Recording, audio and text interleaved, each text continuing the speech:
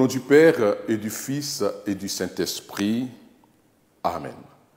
Nous bénissons notre Seigneur et Sauveur Jésus-Christ qui nous permet de nous rencontrer ce soir pour parler encore de la parole de notre Père. Je voudrais bénir tous les membres de la communauté catholique Cœur Compassion de Jésus-Christ et les membres de leur famille. Je voudrais aussi bénir notre modérateur honoré Paul-Marie Apovi de l'Eucharistie, le diacre permanent. Je voudrais le bénir sa famille, bénir sa fille qui nous suit depuis ce lieu où elle se trouve.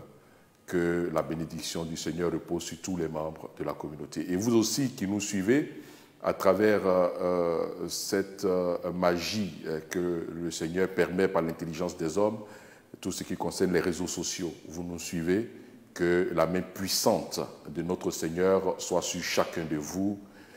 Je le dis au nom de Jésus-Christ. Tu dis Amen. Alors, nous allons toujours continuer. Nous faisons ce qu'on appelle une démarche de préparation intérieure pour cette grande fête, la Pentecôte. Et aujourd'hui, nous sommes au quatrième enseignement de ce qu'on appelle le cheminement des 7 semaines, organisé par la communauté catholique Compassion de Jésus-Christ à travers son apostolat, à l'écoute du Saint-Esprit. Je voudrais profiter pour saluer d'ailleurs la bergère Lydia Ouidanou, qui est la bergère donc responsable de cet apostolat. Nous allons nous plonger dans la parole de Dieu en partageant un thème intéressant, un thème placé au cœur de cette parole de Dieu. Et la personne qui va nous conduire à travers ce que nous allons vivre n'est rien d'autre que Paul, l'apôtre Paul. Nous allons d'abord lire cette parole et après nous allons dégager le thème qui va nous servir donc de partage de la parole du Seigneur. Romains chapitre 8, versets 14 à 16. Il serait intéressant, depuis le lieu où vous êtes, de prendre aussi votre Bible pour suivre avec moi ce temps d'enseignement. Vous savez que la parole de Dieu est une parole inspirée. C'est une parole inspirée, une parole qui est utile pour enseigner, pour convaincre, pour, on dit aussi, instruire, pour instruire, convaincre, enseigner, instruire. Et donc, du lieu où vous êtes, vous prenez votre parole et nous allons donc lire. Je lis Romains 8, versets 14 à 16. « Tous ceux qui sont conduits par l'Esprit de Dieu sont enfants de Dieu, car l'esprit que vous avez reçu n'est pas un esprit qui vous rende esclave et vous remplisse encore de peur, mais c'est l'Esprit Saint qui fait de vous des enfants de Dieu et qui nous permet de crier à Dieu, « Abba, ô mon Père ». L'Esprit de Dieu atteste lui-même à notre esprit que nous sommes enfants de Dieu. Parole du Seigneur. Et vous répondez, nous rendons grâce à Dieu. Voici un très beau texte qui va nous permettre de rentrer en profondeur dans le mystère divin. Le Seigneur dit, à vous, il est donné de connaître les mystères du royaume. À vous, il est donné de connaître les mystères du royaume. À partir de ce texte, Paul nous plonge dans un grand mystère que nous allons vivre. L'apôtre Paul nous dit ceci. Tous ceux qui sont conduits par l'Esprit de Dieu sont enfants de Dieu. C'est une grande révélation. Nous connaissons la filiation. Nous savons que la filiation est un lien de parenté, qui unit l'enfant à son père, qui unit l'enfant à sa mère. C'est cette filiation que nous connaissons. Et Paul va nous dire quelque chose d'extraordinaire ce soir. Paul nous dit, tous ceux qui sont conduits par l'Esprit de Dieu sont enfants de Dieu. Alléluia. C'est une bonne nouvelle. Ce soir, je voudrais, à partir de ce texte de Paul, nous plonger dans le mystère de la filiation selon Dieu. La filiation selon Dieu. Vous savez, nous les hommes, lorsque nous allons dans des endroits et que nous devions remplir une fiche, par exemple, donnée par une administration publique ou même privée, il arrive que nous voyions dans les libellés des différentes rubriques donc, que nous devons remplir, filiation. Et là, nous voyons filiation, nous voyons nom du père et de la mère. Nous voyons nom du père et de la mère. Des fois, il y a des approfondissements. On demande aussi leur date et leur lieu de naissance. On demande souvent aussi leur nationalité. Ça dépend du type de document que nous sommes appelés donc à remplir. Ça, c'est la filiation selon les hommes. Et ce soir, je voudrais qu'on rentre dans ce mystère que Paul nous propose, que Paul nous révèle, je dirais. Tous ceux qui sont conduits par le Saint-Esprit sont enfants de Dieu. Pour conduire notre enseignement, nous allons le structurer en 3 parties. Dans une première partie, nous allons parler des traces scripturaires de la filiation selon Dieu. Les traces scripturaires, d'autres vont dire c'est un gros mot, mais scripturaire, ça veut dire les traces, si vous voulez, qu'on peut retrouver dans les Saintes Écritures, tout simplement. Mais pour une question de structure, tout simplement, on va mettre ce mot, hein, scripturaire. Les traces donc scripturaires de la filiation selon Dieu. Ça, ce sera la première partie. Dans la seconde partie, nous allons voir quels sont les moyens d'acquisition de cette filiation selon Dieu, de la filiation selon Dieu. Nous allons voir donc la deuxième partie. Et en troisième partie, j'ai dit tout à l'heure que la parole de Dieu est utile pour enseigner, pour convaincre, et c'est très important, enseigner, convaincre. Et nous allons donc, à partir de la parole de Dieu, que Paul a prononcée il y a des années, des siècles de cela, voir en quoi est-ce que cette parole est encore d'actualité dans notre vie. Donc la troisième partie sera intitulée « Les résonances de ce thème pour nous ». Comme pour parler un peu comme l'autre, commençons par le commencement, les traces scripturaires de la filiation selon Dieu. Alors ce que Paul nous révèle est très, très, très important. Les traces scripturaires de la filiation selon Dieu. Lorsque nous lisons les Saintes Écritures, nous sommes frappés par une partie. En tout cas, moi, quand je lis les Saintes Écritures, je suis frappé par un chapitre relativement à ce sacrifice que Dieu demande à Abraham de faire. Je vais lire cette partie et nous allons comprendre pourquoi est-ce qu'il y a une trace ici d'une filiation particulière selon Dieu. Dans le livre de la Genèse, chapitre 22, à partir du verset, je prendrai simplement le verset 2. Donc Genèse 22, verset 2. Dieu dit ceci, « Prends ton fils », il parle à Abraham, il dit « Prends ton fils, Isaac, ton unique fils que tu aimes tant. Va dans le pays de Moria, sur une montagne que je t'indiquerai, et là, offre-le-moi en sacrifice. » Nous connaissons bien ce texte. Ce qui m'a toujours intrigué en lisant la parole de Dieu, c'est le fait que Dieu dise à Abraham de lui offrir son unique fils.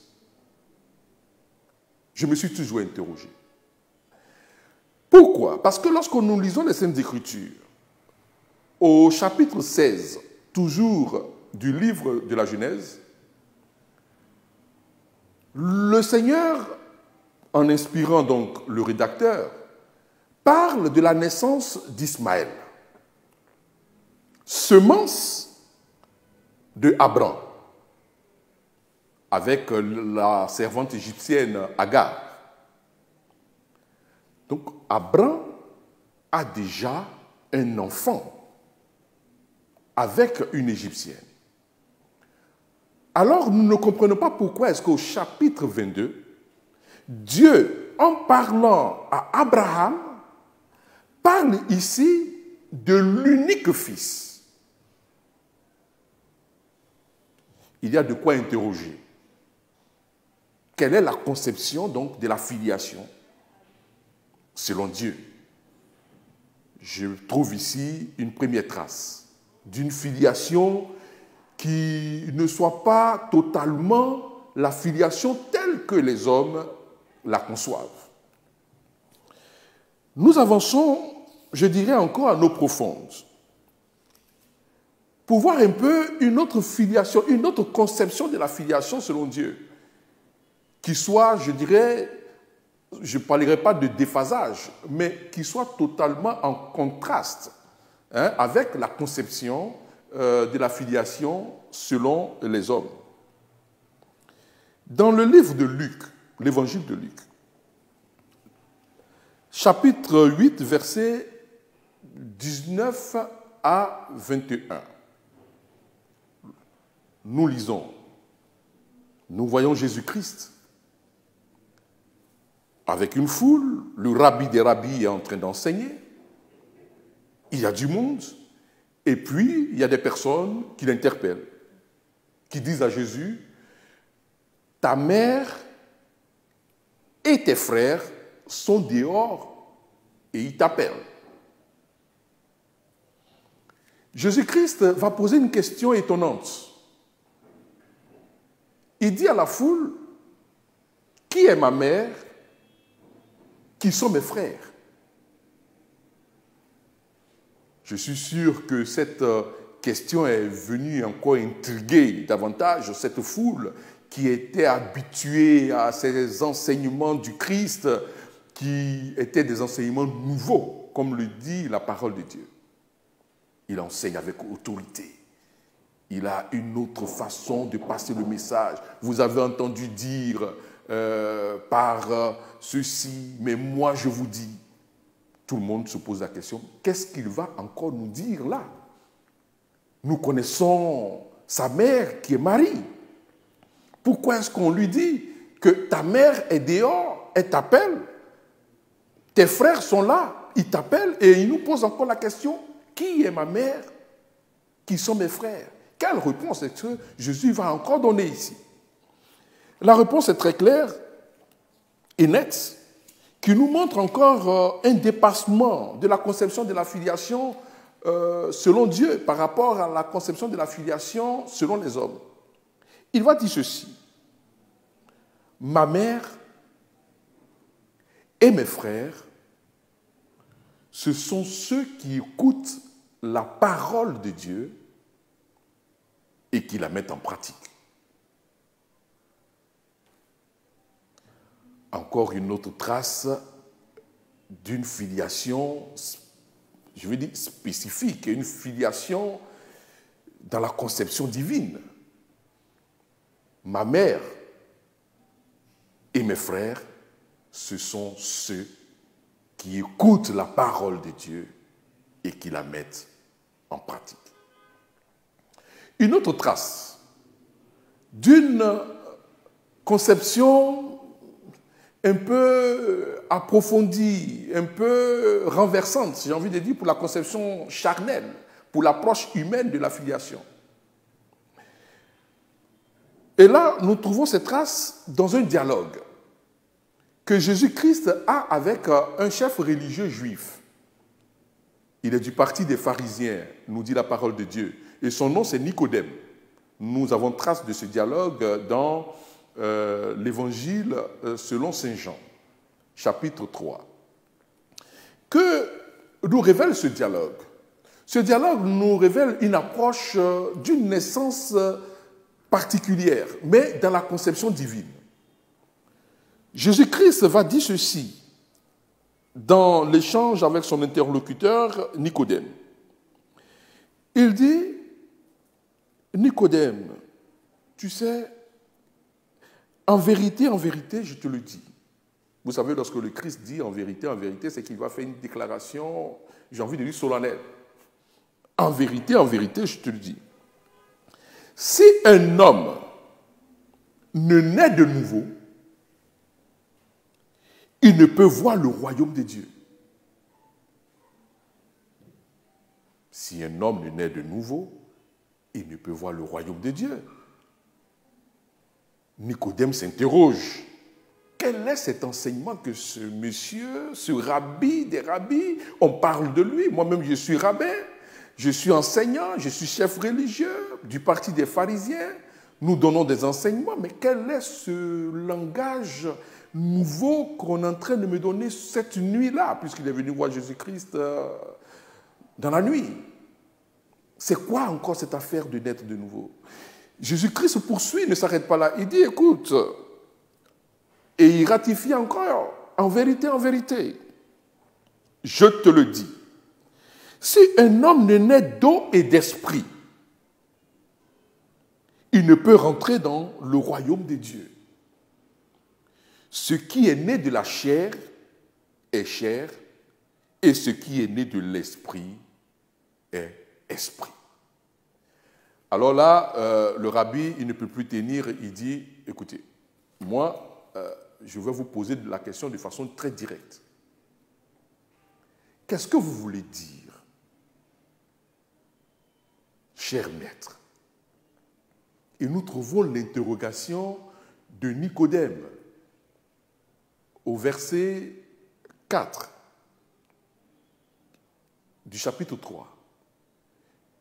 Il va droit au but. Il dit au Seigneur, mais comment un homme déjà âgé peut-il naître de nouveau?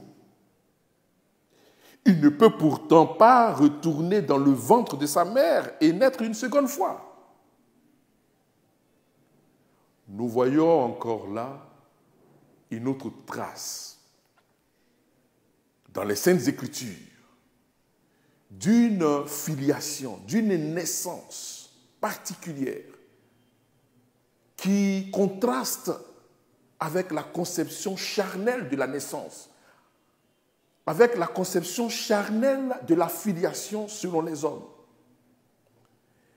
Nous allons donc nous arrêter là. Nous avons plusieurs traces de cette conception, je veux dire, spéciale de la filiation, de la naissance selon Dieu. Nous allons nous arrêter là.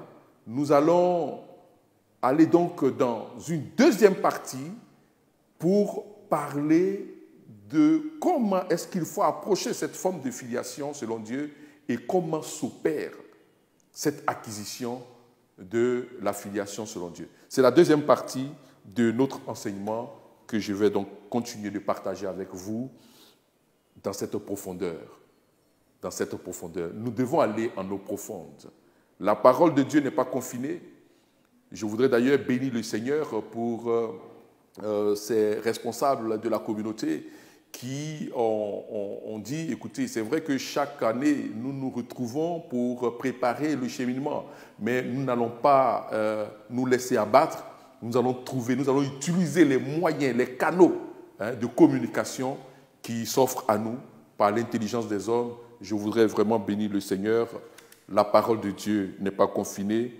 Nous continuons donc d'approfondir notre foi par les enseignements.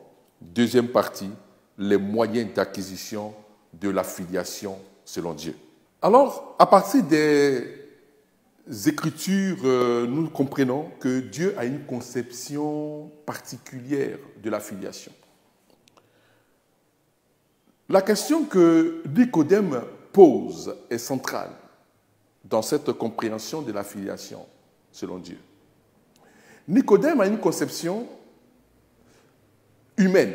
Donc, c'est notre conception de la filiation. Je suis fils d'un tel et fils d'une telle, c'est-à-dire ma mère, mon père. Ça, c'est la conception humaine de la filiation. Dans la filiation selon Dieu, il y a un dépassement de cette filiation charnelle. Et nous voyons l'apôtre Jean, dans son prologue, au verset 13, nous dit quelque chose de très important et de très intéressant dans cette approche de la filiation selon notre Seigneur. Jean va dire quelque chose dans ce prologue rempli de mystères révélés.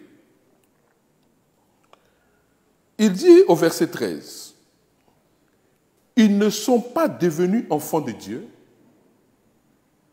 par une naissance naturelle. » Ils ne sont pas devenus enfants de Dieu par une naissance naturelle. Ils ne sont pas devenus enfants de Dieu par une volonté humaine. C'est Dieu qui leur a donné une nouvelle vie. Très important.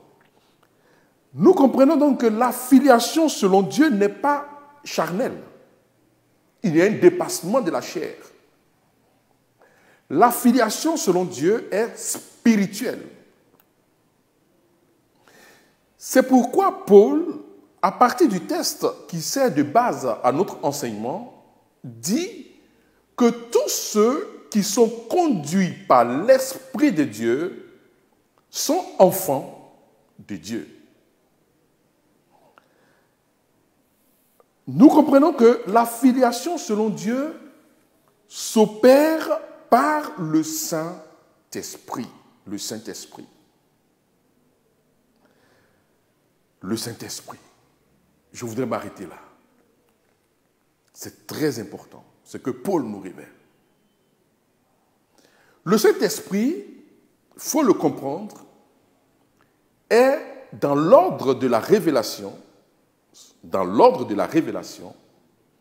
la troisième personne de la Trinité sainte. Ce n'est pas que le Saint-Esprit soit moins important que le Père et le Fils, ou qu'il soit différent en nature, mais dans l'ordre pédagogique, pour que les humains puissent comprendre ce mystère, il a plu à Dieu d'ordonner la révélation. Donc, dans l'ordre de la révélation, le Saint-Esprit est la troisième personne de la Trinité sainte. Et le Saint-Esprit opère donc cette filiation. Autrement dit, par son agir, il fait de moi un fils de Dieu. Mais pourquoi est-ce qu'il plaît au Père d'opérer par l'Esprit Saint?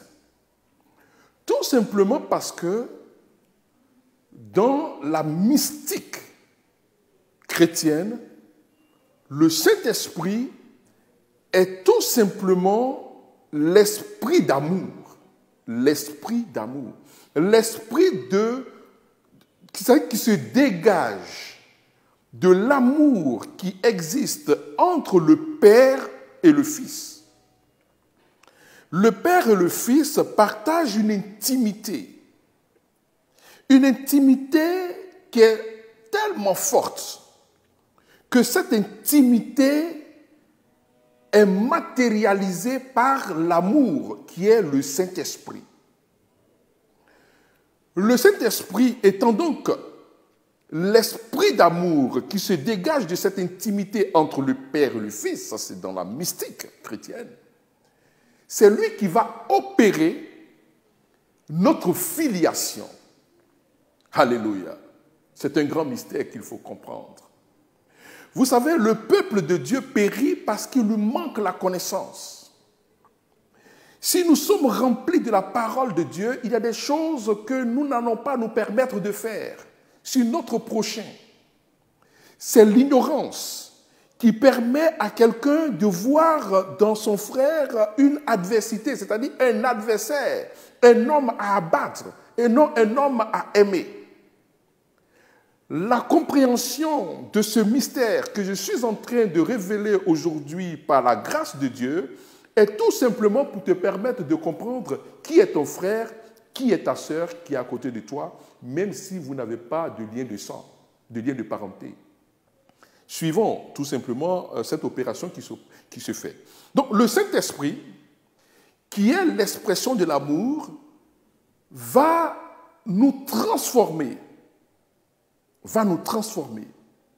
La puissance de l'amour, qui est le Saint-Esprit, dans la mystique, va venir sur nous et nous transformer, changer notre j'ai envie de dire, notre identité va faire de nous des hommes nouveaux. Alléluia.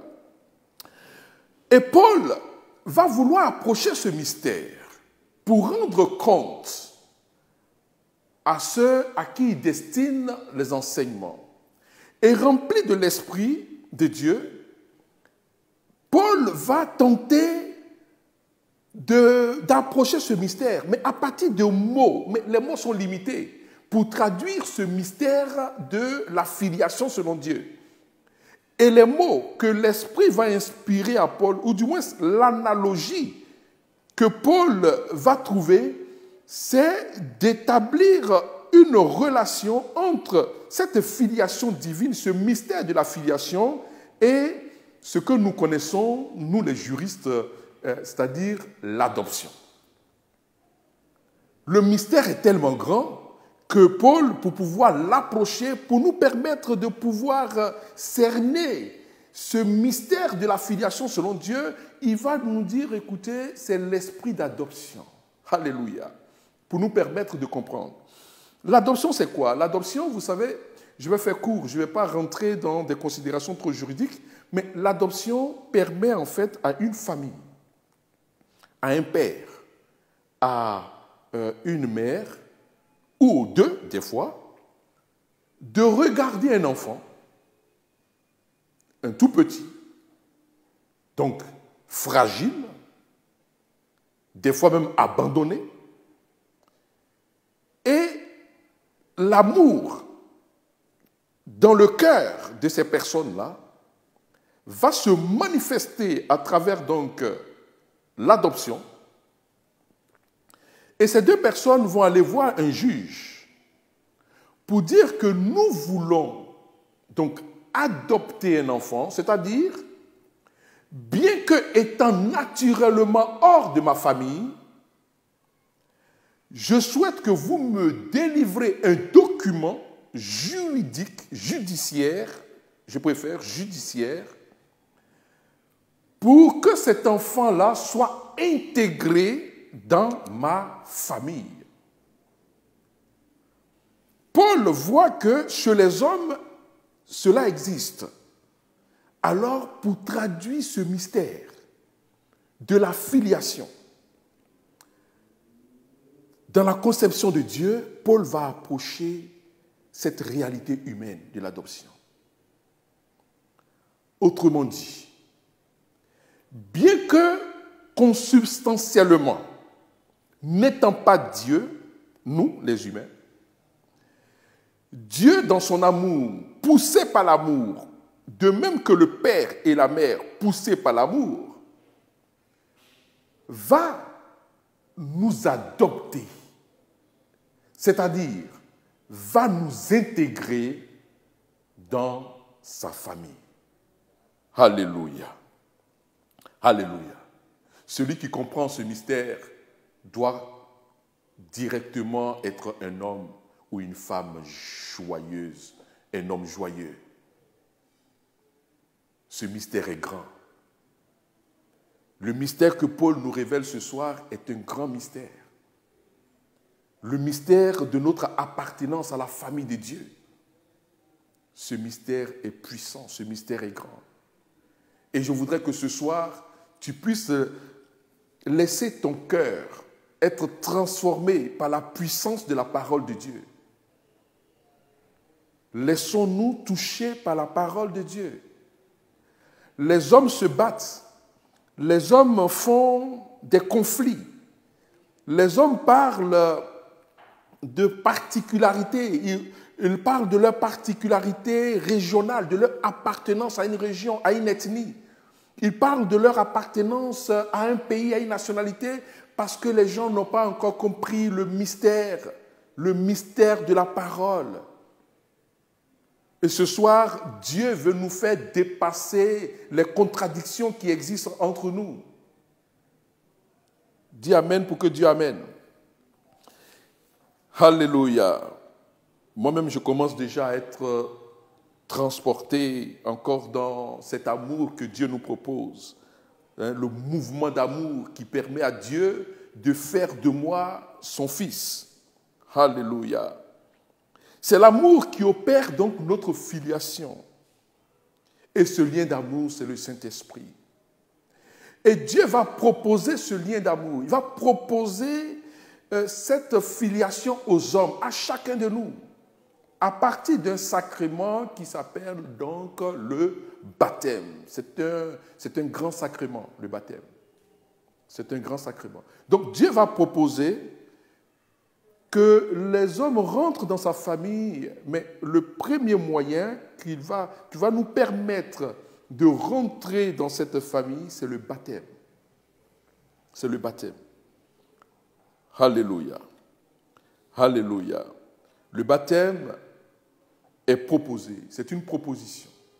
Vous voyez, les hommes vont voir un juge et le juge va leur poser des questions pour voir s'ils remplissent des conditions pour pouvoir adopter un enfant. Et si le juge voit que vous remplissez des conditions, dans d'autres pays, ce n'est pas du tic au tac. On mène des enquêtes de moralité pour voir si celui qui veut adopter, c'est-à-dire l'adoptant, mérite donc de recevoir cet enfant chez lui comme étant son enfant, son fils. Amen. Et Dieu va aussi nous proposer une procédure très simple pour que nous puissions intégrer sa famille.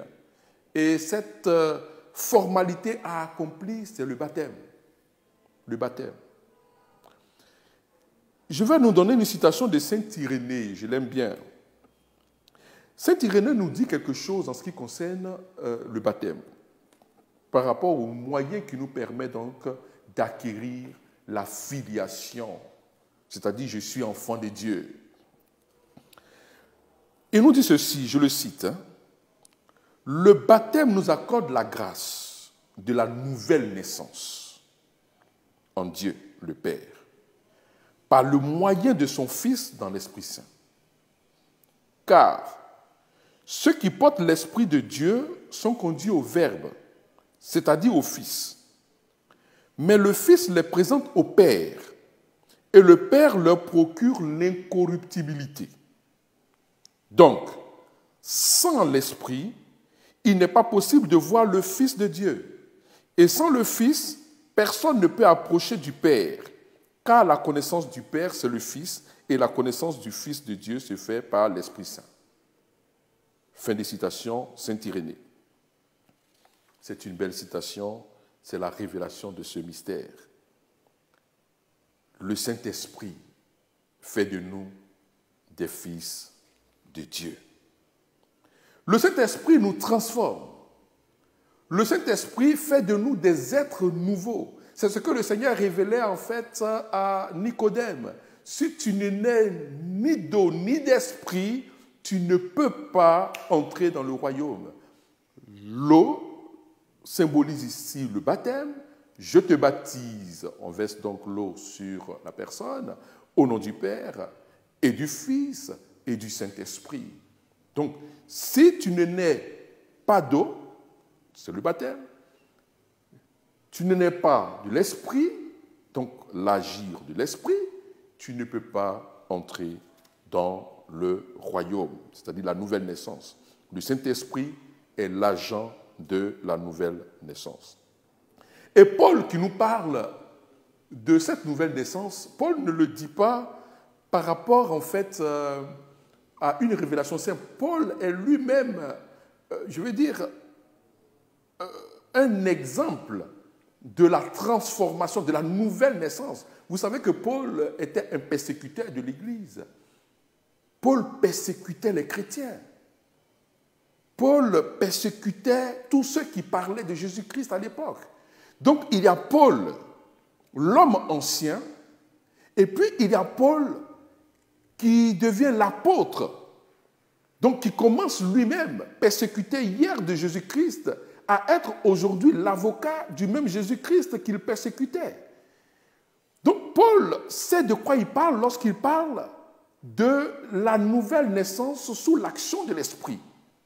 Paul voit la transformation que Dieu est capable d'opérer dans la vie d'une personne qui peut garder son nom, qui peut garder sa filiation charnelle, mais par l'action de l'Esprit, Paul voit comment est-ce que Dieu est capable de changer une personne, de donner une filiation, une transformation, faire d'une personne qui était hier un bandit, qui était un gangster, qui était un drogué, de transformer une prostituée pour faire de ces personnes anciennes, dans leur nature ancienne, de les transformer pour faire d'eux des personnes nouvelles en Christ.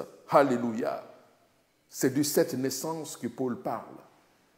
C'est de cette nouvelle naissance qui fait de nous des enfants obéissants à la parole de Dieu que Paul parle. La nouvelle naissance que nous acquérons à partir de la puissance, du mystère du baptême.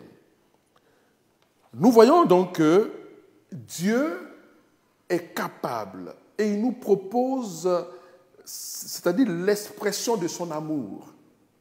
Bien que, étant différents en nature du Père, du Fils et du Saint-Esprit, Dieu, par la puissance de son amour, la force de son amour, fait de nous, nous qui sommes des êtres fragiles, nous qui sommes des pécheurs, Dieu nous intègre dans la famille de la pureté, dans la famille sainte. C'est un grand mystère. Nous allons voir dans une troisième partie ce que ce thème, ce que la filiation selon Dieu peut avoir ou doit avoir comme résonance dans notre vie, dans notre esprit. Comment est-ce que nous devons marcher convaincus que nous ne sommes pas des hommes ordinaires, des hommes charnels, mais des hommes intégrés dans la famille du Dieu créateur du ciel et de la terre. Ce sera donc la troisième et dernière partie, de notre enseignement, la résonance de ce thème pour toi, la résonance de ce thème pour moi. Alléluia. La parole de Dieu est utile, on l'avait dit au début, pour nous permettre d'être instruits, d'être convaincus, pour nous permettre d'être enseignés. Nous venons de partager ce thème d'une profondeur, la filiation selon Dieu. Et nous avons vu comment est-ce que Dieu, dans le mouvement de son amour, se penche sur nous, être fragile, bien que n'étant pas de sa nature, il fait de nous des fils par le mouvement de son amour, qui est le Saint-Esprit. Ce mystère est grand. Ce mystère est grand. Pourquoi?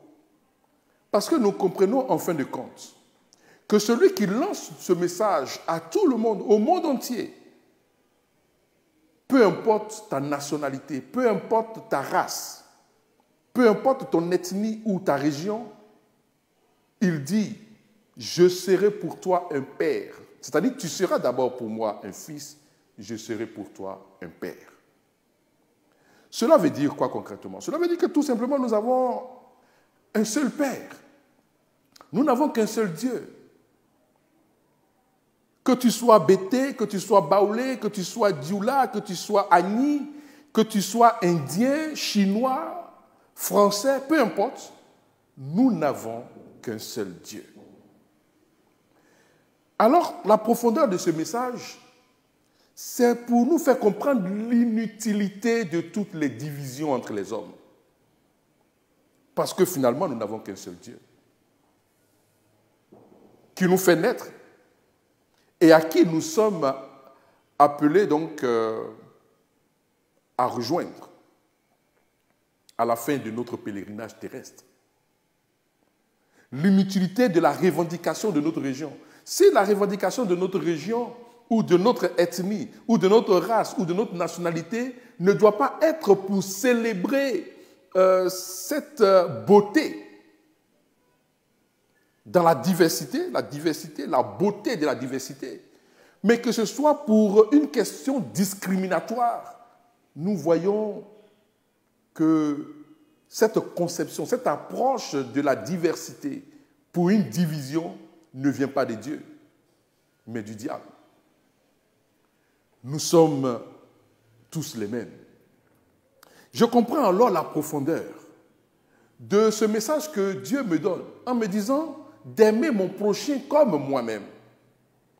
Parce que l'autre, loin d'être pour moi un adversaire, loin d'être pour moi un enfer, comme le disait donc le philosophe qui disait que l'enfer c'est les autres.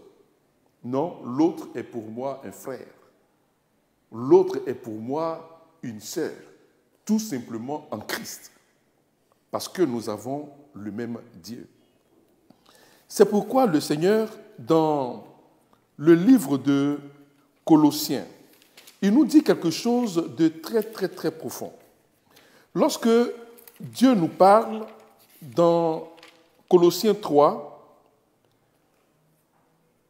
verset 11, il dit ceci: « Il n'importe donc plus que l'on soit non-juif ou juif, circoncis ou incirconcis, non civilisé, primitif, esclave ou homme libre.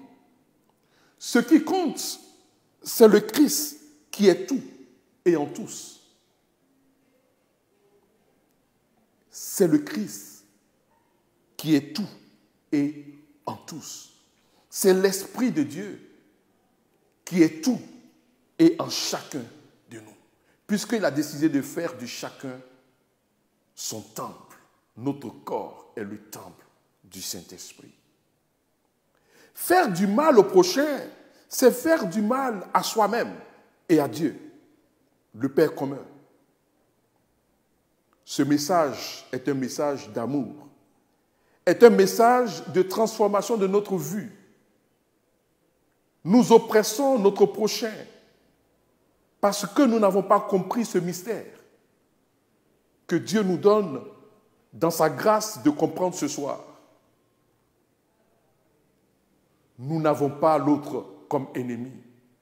Nous avons l'autre comme un frère. Nous avons l'autre comme une sœur parce que nous avons un Dieu commun.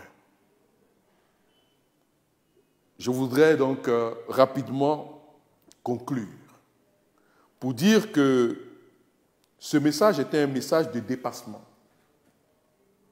de notre conception de la parenté. Dieu nous demande de dépasser la parenté. Dieu nous demande de dépasser les liens de sang. Il faut aller au-delà. L'autre peut être différent par son teint, par sa région, mais Dieu nous demande ce soir de dépasser cette conception charnelle pour être tous ici-bas des frères et des sœurs. Que la toute-puissance de notre Seigneur puisse s'exprimer dans le cœur de chacun, dans la préparation de la Pentecôte, l'effusion de l'Esprit Saint, c'est-à-dire Dieu qui met en chacun son esprit, donc sa capacité de pouvoir quitter le mal pour le bien. Que ce message rentre dans le cœur de chaque Ivoirien, de chaque Africain, de chaque Asiatique, de chaque Européen, de chaque Américain, pour dire que les continents ont été faits, c'est vrai, mais nous restons tous des hommes créés à l'image et à la ressemblance de Dieu.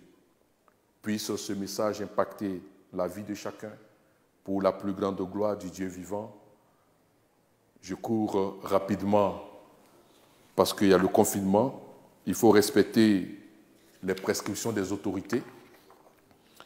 Nous allons avoir un 5e message qui sera donné par un autre membre de la communauté catholique Cœur Compassion de Jésus-Christ. Ce sera donc le lundi prochain, le 5e enseignement. D'ici là, que Dieu bénisse chacun.